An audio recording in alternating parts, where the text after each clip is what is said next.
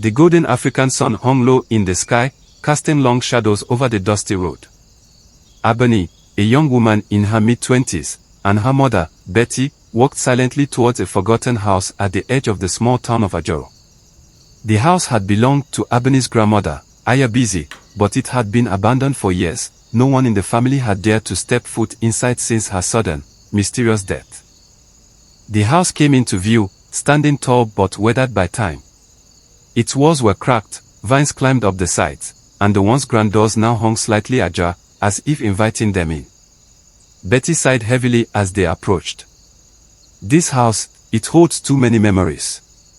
Too many secrets, she muttered under her breath. Abeni glanced at her mother but said nothing. She felt an unshakable pull towards the house, a strange connection she couldn't explain. As they stepped inside, the air was thick with dust and the smell of age. Abeni shivered, though the air outside was warm. The silence was heavy, broken only by the creaking of the wooden floorboards under their feet. Inside, the house was as lifeless as a tomb. Old photographs of ancestors lined the walls, their eyes following Abeni's every move. The furniture was covered in white sheets, ghostly in the dim light of the late afternoon.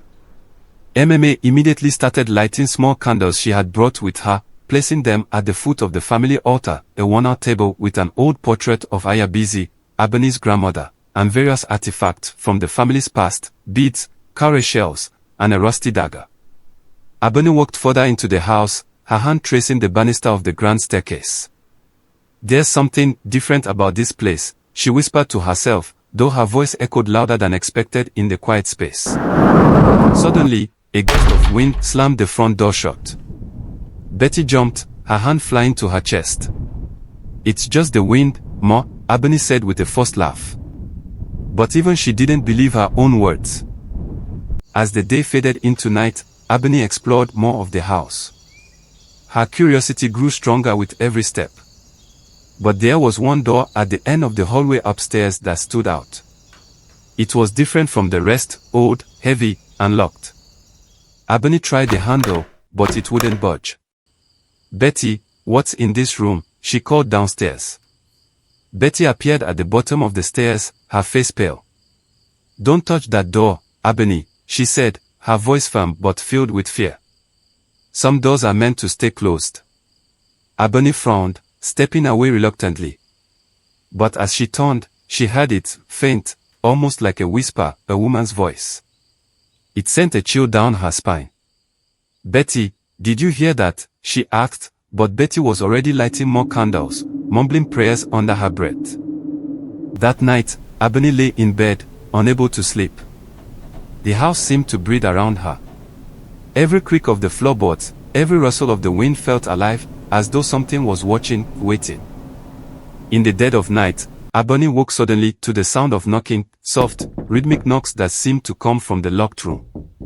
Her heart raced. She sat up in bed, straining to listen. The knocking continued, louder now. Abeni grabbed her flashlight and crept towards the door of her room, her hands trembling. She stepped into the hallway, and the air felt colder.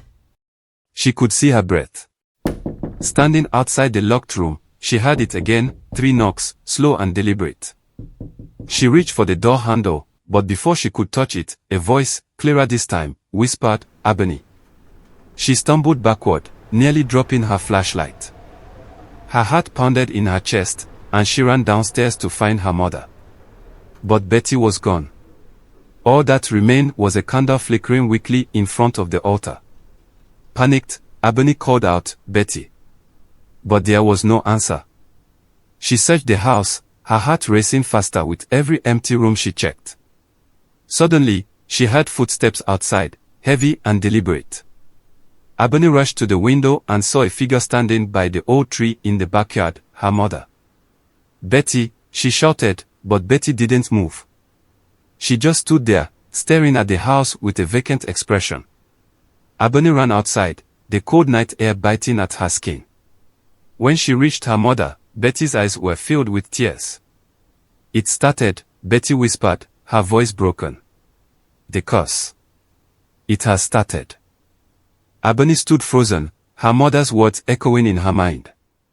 The curse, it has started. The wind howled through the trees, and in the distance, a single, eerie wail cut through the silence. Abeni knew then that this was only the beginning.